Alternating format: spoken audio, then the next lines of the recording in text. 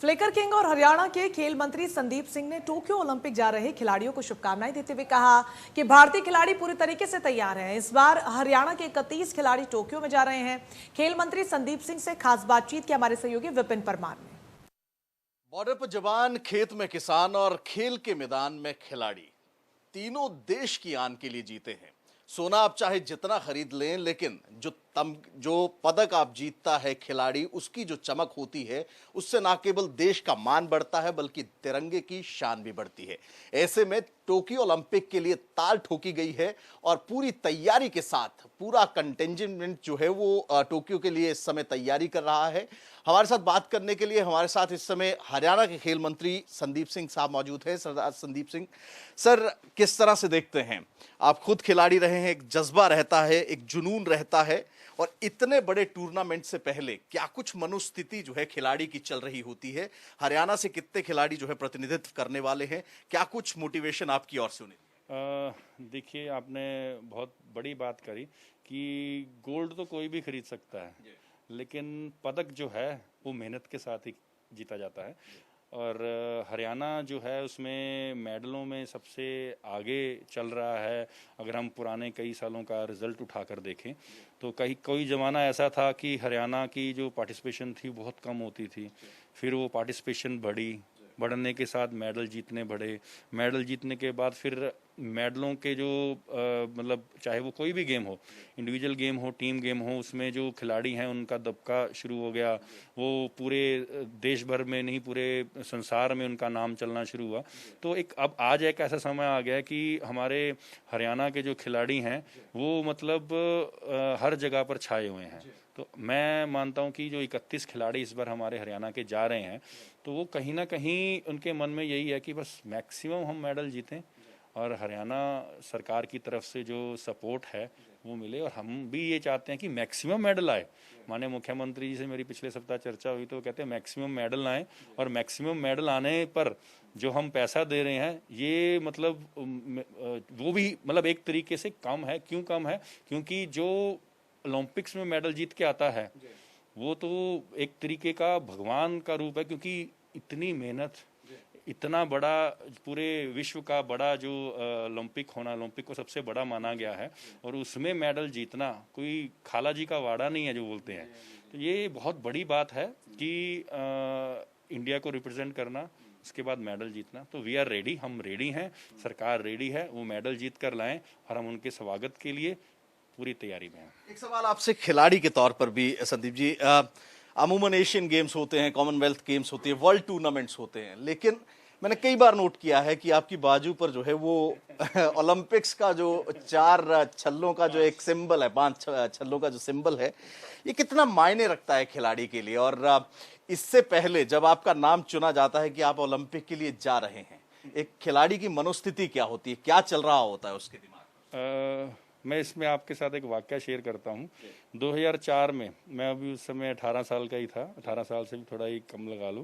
तो जब हमारी ओलंपिक्स की टीम चयनित हुई तो मैं उस समय जर्मनी में था। उसे इंडिया में ट्रेनिंग सेंटर्स बहुत कम होते थे, तो जर्मनी में था 2004 में। तो जब टीम अनाउंस हुई तो जर्मनी में लगभग 10:30 शाम के 10 बजे हुए थे, रात के।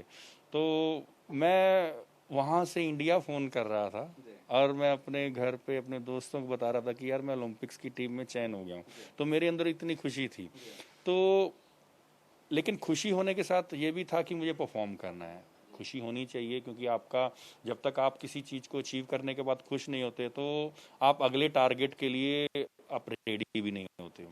तो खुशी थी, लेकिन ये भी था कि अच्छा परफॉर्म करना है। यंग एज में मुझे एक प्लेटफॉर्म तो मिल गया, उस प्लेटफॉर्म से मैंने आगे कैसे जाना है, तो वो धीरे धीरे बनता है। तो मैं आज के खिलाड़ियों को भी यही कहता हूँ, आपको खुश होना चाहिए, लेकिन जैसे घोड़े का मैं अभी बात कर रहा था कि घोड़े के जो ब्लिंकर्स हैं वो साइडों में होते हैं और उसको सिर्फ एक रास्ता दिखता है और वो रास्ते पे चलता रहता है।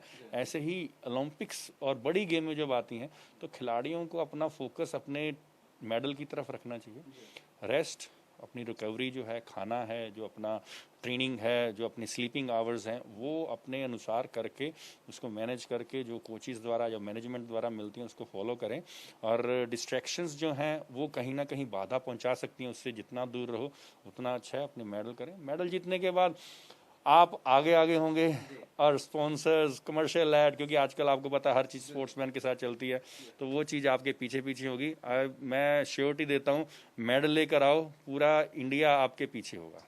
बिल्कुल आपने सही कहा कि बिल्कुल सीधी नजर के साथ पदक की तरफ देखें, लेकिन ये टूर्नामेंट बहुत बड़ा होता है। अंतर्राष्ट्रीय स्तर के वो खिलाड़ी होते हैं जिनको आप मॉनिटर कर रहे होते हैं, जिनकी प्रैक्टिस आप मॉनिटर कर रहे होते हैं। वो दबाव किस तरह का रहता है और उस दबाव को किस तरह से टैकल करे खिलाड़ी जो जा रहे हैं? देखिए, दबाव यही है कि जब भी कोई परफॉर्म करना होता है कि यार मुझे मेडल जीतना है, आप मेडल जीतने के लिए जाओगे तो कहीं ना कहीं आप अपने आप ही प्रेशर में ला रहे हो।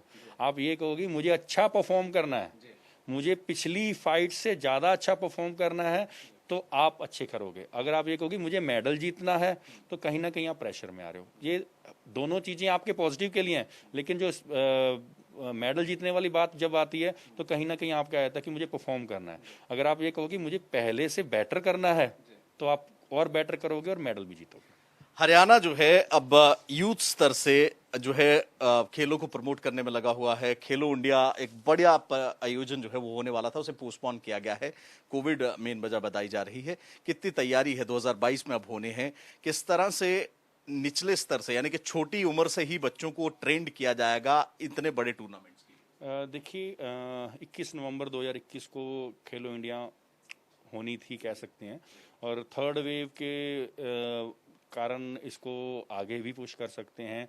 और अगर आज हम इस चीज़ का डिसीजन नहीं लेंगे तो जिससे जो बच्चे हैं अंडर 18 के यूथ गेम्स के जो पार्टिसिपेशन करने वाले बच्चे हैं और जिन्होंने पार्टिसिपेट के लिए भी कंपटीशन लड़ना है, तो वो सब प्रोसेस जो है वो कहीं ना कहीं थर्ड वेव में आने के बाद वो कहीं रुक ना जाए, कहीं स्लो ना हो जाए। तो उसके कारण ये फेब में हम पुश करना चाह रहे हैं, और फेब में हमारा मेन मकसद यही है कि कहीं ना कहीं जो खेलो इंडिया जो नवंबर में होनी थी वो आगे जाए, जिससे कि क्योंकि बच्चे जो हैं वो किसी भी कारण से हेल्थ वाइज या कोई उनके साथ हम कोई ऐसा खिलवाड़ ना करते हैं, क्योंकि खिलाड़ी जो होता है वो बचपन से बनता है, और ये इस समय ये राइट टाइम है जो उनका यूथ का, और कहीं ना कहीं हम उनके साथ रिस्क नहीं ले सकते। हमारे सेफ्टी के साथ सारी चीज़ें करना चाहते हैं जिससे कि वो परफॉर्म भी अच्छी कर पाएँ, और आने वाले टाइम में, क्योंकि इन्हीं खिलाड़ियों में से देश के लिए बहुत से खिलाड़ी मेडल भी लेकर आने वाले हैं।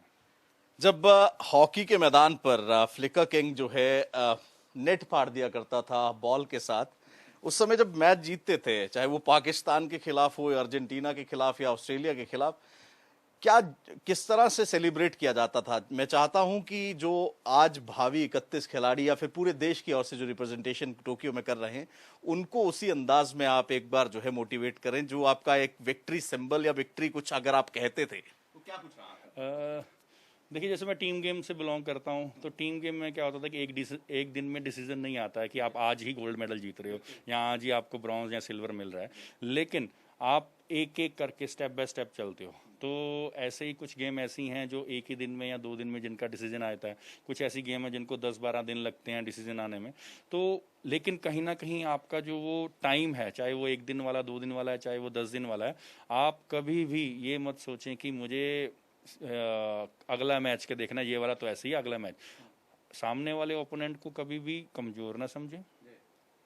जीत रहे हो, एक हमारे कोच हैं हरिंदर सिंह, मेरे साथ काफ़ी समय तक वो इंडियन टीम के कोच रहे हैं। तो एक कफन होता है जो डेड बॉडी जिसमें रखते हैं, वो कफन में नेल होता है, वो नेल कभी कभी एक्स्ट्रा लगाने पड़ते हैं, वैसे ही लगाते हैं। तो वैसे ही जब अगर किसी टीम को हरा रहे हो आप, तो 2 गोल और फालतू डालो, जिससे कि दूसरी टीम जो आगे आने वाली जो हमारे साथ मैच खेले, तो वो भी डरे कि यार इन्होंने तो उसके ऊपर इतने गोल मारे थे, हमें कहीं ज़्यादा ना मार दे, तो वो डिफेंडिंग पॉइंट ऑफ व्यू से आए। आप जब भी कोई कंपटीशन प्रेजेंट में खेल रहे हो तो इस तरीके से खेलो कि इसके बाद जो भी कंपटीशन लड़ेगा मेरे साथ वो डर के आए, आपका इंप्रेशन उससे बनता है। लेकिन आपका मेन वही है कि कॉलर ना खड़े हों, क्योंकि खिलाड़ियों के कभी कभी क्या एक मैच के बाद कॉलर खड़े हो जाते हैं। मैं आज के टाइम में सोशल मीडिया के ऊपर डिस्ट्रैक्शंस काफ़ी आ जाती हैं, उस चीज़ से दूर रहें। सोशल मीडिया जो है वो आपको हो सकता है कि पॉजिटिव कर दे। मैं अपनी लाइफ में आपको एक चीज़ बताना चाहता हूँ कि मैंने पूरी अपनी लाइफ में जब मैं गेम करता हूँ, टूर्नामेंट खेल रहा हूँ, कंपटीशन खेल रहा होता हूँ, मैं न्यूज़पेपर नहीं पढ़ता हूँ, मैं मीडिया के न्यूज़ चैनल्स नहीं देखता हूँ। वो इसलिए मैं अपनी जो मुझे मोटिवेट करती हैं, चाहे मूवीज़ हों या गाने हों, वो उसकी तरफ करता था, जिससे कि जो कुछ चीज़ें आपको हो सकता है आपके पॉजिटिव के लिए हों, हो सकता है आपके नेगेटिव के लिए हों, हो सकता है आप उससे आपके माइंड को डिस्ट्रैक्ट हो, तो वो चीज़ें मैं देखता ही नहीं था वाइल डूइंग कंपटीशन। तो अपना अपना तरीका होता है, मैं मोबाइल फ़ोन यूज़ नहीं करता था, तो अपना अपना तरीका है, लेकिन वो तरीका चूज़ आपको करना है जिससे कि आपका सिर्फ और सिर्फ फोकस गोल की तरफ हो। तो ताबूत में आखिरी कील नहीं बल्कि 2 कील ऐसी ठोकिए कि आपका जो गोल है यानी कि वो पदक, वो सोने की चमक आपके गले में दिखाई दे और देश जो है एकजुट में, एक स्वर में आपका स्वागत करता दिखाई दे। इसी के साथ साथ मोटिवेशन जो है वो संदीप सिंह खेल मंत्री हैं और साथ ही साथ फ्लिकर किंग के नाम से जाने जाते हैं। जब ये खेला करते थे तो निगाहें इन पर रहा करती थी और नेट पर रहा करती थी कि अब पेनल्टी कॉर्नर पर जब ये ड्रैग करेंगे तो नेट फटेगा ही फटेगा। तो ऐसे में जब तमाम खिलाड़ी मैदान पर उतरेंगे, चाहे वो हॉकी के हों, अलग एथलीट्स हों, तमाम खिलाड़ी उसी फोकस के साथ उतरे ताकि देश की जो गोल्ड की टैली है वो और ज्यादा बढ़े। कैमरा पर्सन अजय राणा के साथ विपिन परमार, इंडिया न्यूज, चंडीगढ़।